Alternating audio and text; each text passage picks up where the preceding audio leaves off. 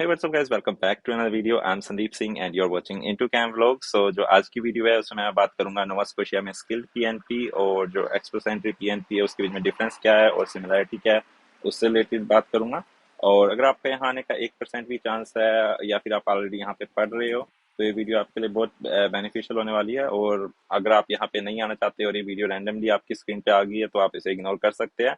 और एक और चीज़ है, अगर मान लो आप यहाँ पे ऑलरेडी पढ़ रहे हैं या फिर आपका आने का प्लान है तो मैं आपको रिकमेंड करूंगा कि इस वीडियो के एंड तक जरूर देखें, क्योंकि ये आपके लिए बहुत बेनिफिशियल होगी। वीडियो आपको बहुत ही ज़्यादा इन्फॉर्मेटिव होगी। मैं इस वीडियो को डिटेल्ड बनाऊंगा और इसमें मैं डिटेल कंपैरिजन करूंगा स्किल पीएनपी और जो एक्सप्रेस एंट्री पीएनपी है उसके बीच में। और जो नोवा स्कोशिया से रिलेटेड हमारे सबके माइंड में जो मिथ्स है या फिर कह लो कि फैक्ट्स है, जो हमारे माइंड में कोई भी डाउट है उसके बारे में ही बात करूंगा। सो या हाँ, इस वीडियो को आप एंड तक जरूर देखना। और अगर आपने देखनी ऑलरेडी स्टार्ट कर दी है और अगर आप पूरी नहीं देख सकते इस टाइम पे तो इसको वॉच लेटर में सेव करके आप बाद में देख सकते हैं। तो ठीक है, without wasting your time let's start this video right now. And on we'll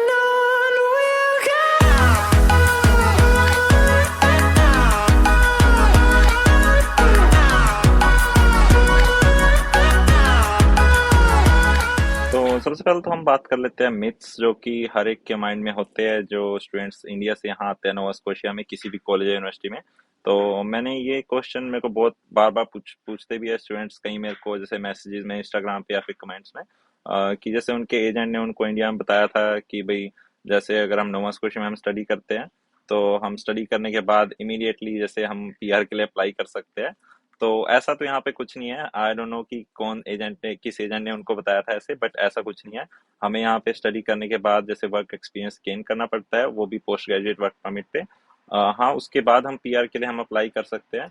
और इसके लिए सेवरल प्रोग्राम्स है जैसे कि स्किल्ड पीएनपी है और जो कि एक्सप्रेस एंट्री पीएनपी है। तो आज मैं और बाकी एआईपीपी भी है, उस टॉपिक में तो मैं आज नहीं बात करूंगा। आज मैं मेन कंपैरिजन जो मैं करूंगा स्किल्ड पीएनपी और जो एक्सप्रेस एंट्री पीएनपी है उसका करूंगा। तो सबसे पहले आज हम बात करेंगे स्किल्ड पीएनपी की कि उसमें हम कैसे अप्लाई कर सकते हैं। तो जो स्किल्ड पीएनपी में अप्लाई करने की जो मेन रिक्वायरमेंट है वो है कि हमें 1 ईयर एक्सपीरियंस होना चाहिए जॉब में। और जो जॉब है वो जैसे स्किल्ड होनी चाहिए नोक सी या नोक डी की। यूजली ऐसे होता है कि जो नोक सी और नोक डी की पोजीशन है हमें इजीली मिल जाती है, जैसे जो नोवा स्कोशिया में जो भी कॉल सेंटर्स है उनमें ये पोजीशंस अवेलेबल होती है। और जो स्किल्ड पीएनपी है उसे हम कहते हैं जैसे कि एम्प्लॉयर सपोर्ट पीएनपी भी कहते हैं। उसमें ये होता है कि जो हमारी पीएनपी आती है वो रिस्ट्रिक्टेड होती है। इट मींस कि हम पीएनपी आने के बाद हम अपना एम्प्लॉयर नहीं चेंज कर सकते, हमें स्पेसिफिक एम्प्लॉयर के पास रहना पड़ेगा क्योंकि वो हमारे एम्प्लॉयर के थ्रू आ रही होती है पीएनपी। और बाकी इसमें होता है कि हमें एटलीस्ट हमें 1 ईयर का एक्सपीरियंस चाहिए पोस्ट ग्रेजुएट वर्क परमिट पे, मतलब कि स्टडी कंप्लीट करने के बाद। और 1 ईयर एक्सपीरियंस एंड 1560 आवर्स हमें टोटल चाहिए होते हैं। और बाकी इसमें ये होता है कि जो पीएनपी है वो रेगुलरली लगती है, जैसे पहले होता था अबाउट आई वुड से कि 6-7 मंथ्स पहले ये होता था कि अगर हमने स्किल्ड पीएनपी के थ्रू अगर हम पीआर लगा रहे हैं तो हमारी फेडरल जो हमारी फाइल लगती थी वो पेपर बेस्ड लगती थी। बट रिसेंटली गवर्नमेंट ने रूल चेंज कर दिया था, तो जो हम फेडरल पीआर लगाते हैं वो भी ऑनलाइन लगा सकते हैं स्किल्ड पीएनपी के थ्रू भी। जबकि पहले होता था कि जो सिर्फ एक्सप्रेस एंट्री पीएनपी होती थी उसी से हम ऑनलाइन फाइल लगा सकते थे, बट अब ये रूल इन्होंने चेंज कर दिया था जो कि बेनिफिशियल है हमारे लिए। और बाकी मैंने थोड़े से फोन में नोट्स भी बनाए हैं उससे रिलेटेड, मैं उसका आपको बता देता हूँ। और हाँ, तो जो स्किल्ड पीएनपी है उसमें होता है कि जैसे 1 ईयर एक्सपीरियंस के बाद हमारी पीएनपी आ जाती है और उसमें हम एम्प्लॉयर नहीं चेंज कर सकते। और उसमें एक और चीज़ है कि जो हमारा फेडरल पीआर के लिए जो हमारा प्रोसेसिंग टाइम होता है वो अराउंड 24 मंथ्स होता है। और as you all are aware कि जो हमारा पोस्ट ग्रेजुएट वर्क परमिट होता है वो 3 ईयर्स का आता है। और जब हमने स्किल्ड पीएनपी लगानी है उसके लिए हम ऑलरेडी 1 ईयर के एक्सपीरियंस के बाद हम पीएनपी लगाते हैं, तो हमारा 1 ईयर वहाँ पे यूज हो गया। और बाकी जो उसका फेडरल पीआर के लिए जो टाइम है वो 24 मंथ्स का है। मतलब कि ये टर्न अराउंड टाइम होता है जो वो यूजली कहते हैं कि भी 24 मंथ्स के अंदर अंदर आ जाएगी हमारी जो फेडरल पीआर है। तो इस करके जो स्किल्ड पीएनपी में एक चीज होती है कि हमें इसलिए इसको हम एम्प्लॉयर सपोर्ट भी कहते हैं, क्योंकि हमें अपने एम्प्लॉयर की सपोर्ट की जरूरत होती है। मान लो कि अगर विद इन दैट ड्यूरेशन हमारी पीआर नहीं आई और हमारा वर्क परमिट एक्सपायर होने लग रहा है, तो उस इन दैट केस हमें अपने एम्प्लॉयर की सपोर्ट की जरूरत पड़ेगी हमारा वर्क परमिट एक्सटेंड करने के लिए। तो ये कह सकते हैं कि इसका थोड़ा सा ड्रॉबैक है इस जो स्किल्ड पीएनपी के प्रोग्राम का। और जो पहले होता था, पहले था कि जैसे जो स्टूडेंट्स ओंटारियो से आते हैं है ना, वो रेगुलर जो पीएनपी होती है, एक्सप्रेस एंट्री पीएनपी, नो ओ ए और बी पोजीशंस के लिए होती है, वो उसके थ्रू पीआर लगा सकते थे। But right now recently about 2-3 months पहले गवर्नमेंट ने रूल चेंज कर दिया था, तो जो भी स्टूडेंट्स ओंटारियो से आ रहे हैं या फिर आउटसाइड नोवा स्कॉशिया कोई भी ग्रेजुएट है, वो अब सिर्फ स्किल्ड पीएनपी या फिर एआईपीपी के थ्रू ही पीआर लगा सकते हैं। तो उससे ये हुआ है कि अब जैसे कह लो कि पहले होता था कि वो एक्स्ट्रा एंट्री लगा के वो इजिली पीआर ले सकते थे, तो अब जो टाइम ड्यूरेशन जो कह दो कि टर्न अराउंड टाइम है पीआर लेने का, वो इंक्रीज हो गया है।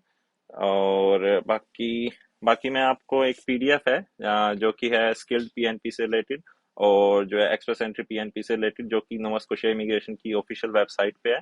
उसका मैं लिंक आपको डिस्क्रिप्शन में डाल दूंगा, और उसमें जाके आप डिटेल इन्फो चेक कर सकते हैं कि क्या क्या रिक्वायरमेंट है स्किल्ड पीएनपी की। बाकी मैं उसमें से रीड करके थोड़ा सा आपको बता भी देता हूँ। तो लेट्स सी।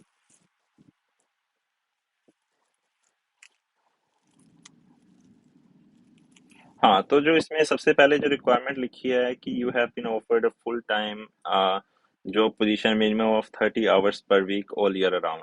तो इस जो रिक्वायरमेंट में एक फ्लो भी है कि जैसे इसमें लिखा है कि मिनिमम हमें 30 आवर्स चाहिए, बट जब हम स्किल्ड पीएनपी के थ्रू हम जब पीआर लगाते हैं, तो उसमें जैसे पहले हुआ था, जिस कॉल सेंटर में मैं पहले काम करता था, वहां पे ये हुआ था कि वो जो हमारा जॉब ऑफर लेटर है उस पे ये नहीं लिखते थे कि गारंटीड 40 आवर्स। तो जो नोवा स्कोशिया इमिग्रेशन है, उन्होंने हमारे को मतलब जो जिन्होंने स्टूडेंट्स ने लगाई थी आगे फाइल है ना, उनकी फाइल को होल्ड पे डाल दिया था, और जो एम्प्लॉयर है उसको कहा था कि मिनिमम मेंशन करो कि हम हर एक जो भी वर्कर काम कर रहा है उसको हम मिनिमम 40 आवर्स देंगे।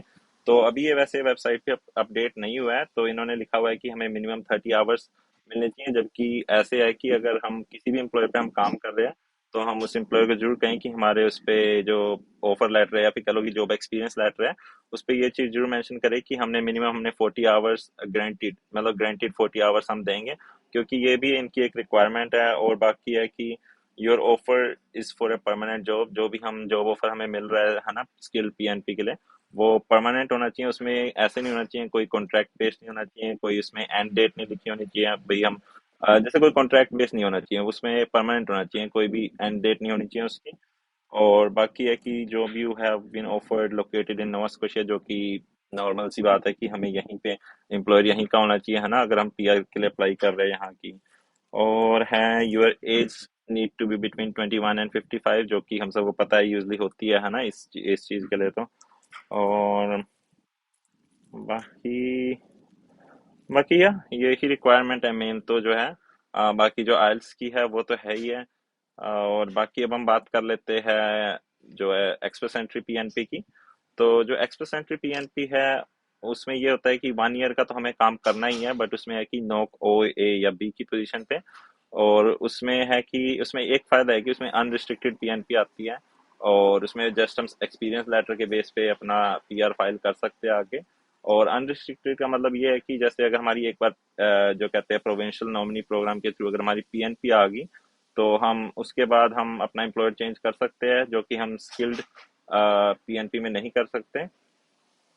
तो ये तो उसका एक मेन बेनिफिट है ना। अगर मान लो हम न्यूली ग्रेजुएट है यहाँ से नोवा स्कोशिया से, तो हम यही रिकमेंड करूंगा आप सबको कि आप नोक ओ ए या बी की ही जॉब ढूंढें, क्योंकि जो सी वाली है उसमें एज यू ऑल नो कि टर्न अराउंड टाइम भी ज़्यादा है ना। उसमें पीआर होते होते एटलीस्ट हमारे 2-3 इयर्स लग जाते हैं, तो हमारा पूरा का पूरा जो कह लो कि वर्क परमिट है वो यूज हो जाता है। और अगर जस्ट इन केस कोई इशू हो जाए है ना हमारे एम्प्लॉयर के साथ, मान लो हमारा एम्प्लॉयर अगर हमको निकालने लग जाए है ना बीच में हम काम कर रहे हैं, तो उसमें डिफिकल्टी आ सकती है अगर हमने स्किल्ड पीएनपी के थ्रू पीआर लगाई है। और अगर हम लगा रहे हैं कि एक्सप्रेस एंट्री में, उसमें है कि हम आफ्टर 1 ईयर अपना काम करने के बाद हमारी पीएनपी आ गई, हम अपना एम्प्लॉयर चेंज कर सकते हैं, और अपने कह सकते हैं कि हम फेडरल में पीआर लगा सकते हैं है ना बिना एम्प्लॉयर के, और हम दूसरे एम्प्लॉयर के थ्रू काम स्टार्ट कर सकते हैं। उसका एक तो ये फायदा है। और बाकी ये है कि राइट नाउ तो जो भी स्टूडेंट्स यहाँ के ग्रेजुएट हैं, ओनली जो नोवा स्कोशिया ग्रेजुएट है वो ही उसमें लगा सकते हैं, तो ये उनके लिए एक बेनिफिट भी है। और जो कह लो कि एक्सप्रेस एंट्री पीएनपी है, उसमें एक और चीज है जो कि बेनिफिशियल है, वो है कि हमें full time 30 hours per week 12 months तक कंटिन्यूस एम्प्लॉयमेंट, या फिर है कि पार्ट टाइम अगर हमने 15 आवर पर weekly average on an average काम किया है फॉर 24 मंथ्स, हम तब भी हम एक्सप्रेस एंट्री पीएनपी के थ्रू लगा सकते हैं, जो कि नोक ओ ए एंड बी की पोजीशंस के लिए होती है। तो ये भी बेनिफिशियल है, बट इसमें एक चीज माइंड में रखने की है कि ये जो हम एक्सपीरियंस गेन कर रहे हैं ये हमारा पोस्ट ग्रेजुएट वर्क परमिट पे होना चाहिए, मतलब कि जो हम स्टडी के बीच में हमने जो एक्सपीरियंस गेन किया है वो उसके लिए काउंट नहीं होता है। तो ठीक है, इस वीडियो के लास्ट में हम वीडियो का थोड़ा कंक्लूजन कर लेते हैं। तो अब अगर आप न्यूली ग्रेजुएट है नोवा स्कोशिया में और अगर आप जॉब ढूंढ रहे हैं तो मैं आपको यही रिकमेंड करूंगा कि आप नोक ओ ए या बी की पोजीशन ही सर्च करें, क्योंकि उसके थ्रू आप एक्स्ट्रा सेंट्री पीएनपी लगा सकते हैं और उसके ज़्यादा बेनिफिट्स है एज कम्पेयर टू जो स्किल्ड वर्कर पीएनपी है। तो आपको तो मैं यही रिकमेंड करूंगा कि आप वही पोजीशन सर्च करें। और अगर आप ऑलरेडी कहीं पे आपने काम करना स्टार्ट कर दिया जैसे स्किल्ड वर्कर के लिए, जैसे लगा लो कॉल सेंटर्स में या कहीं पे, और अगर आपको भी ज़्यादा टाइम नहीं हुआ है काम करते हुए, लगा लो कि जस्ट फॉर एग्जांपल 2-3 मंथ्स ही हुए हैं, तो आपको रिकमेंड करूंगा कि आप दूसरी जगह भी काम सर्च करना स्टार्ट कर दो। क्योंकि जो यहाँ पे राइट नाउ है कि फुल टाइम पोजीशंस मिल जाती है थोड़ा सा इजीली, है ना, अगर हम थोड़ा सा हम एक्टिवली सर्च करेंगे तो हमें मिल जाएगी। और अगर मान लो आप अभी स्टडी कर रहे हैं, है ना, और आपने अभी तक ग्रेजुएट नहीं हुए, आप आगे जॉब सर्च कर रहे हो, तो आपको मैं रिकमेंड करूंगा कि आप नॉक ओ ए या बी की पोजीशन सर्च करें। और अगर हो सके, अगर आप तो अवॉइड कर सकते हैं कॉल सेंटर की जॉब्स, क्योंकि मैंने वहाँ पे की है जॉब, है ना, तो वो थोड़ी सी डिफिकल्ट होती है कॉल सेंटर में। बाकी यही मेरी एडवाइस है, और हो सकता है कि इस वीडियो में मैंने कुछ पॉइंट्स मिस कर दिए हो, उनको मैं जैसे अपनी इंस्टाग्राम की स्टोरीज पे या फिर अपनी जो यूट्यूब पे पोस्ट के थ्रू मैं आपको अपडेटेड रखूंगा। तो या अगर ये आपको वीडियो बढ़िया लगी तो इसे लाइक कर देना, और अगर बेकार लगी तो डिसलाइक कर देना, और मुझे कमेंट सेक्शन में जरूर बताना ताकि मैं आगे वीडियो में इम्प्रूवमेंट कर सकूं। सो या ठीक है, thank you very much for watching today's video and I hope you all have a great day.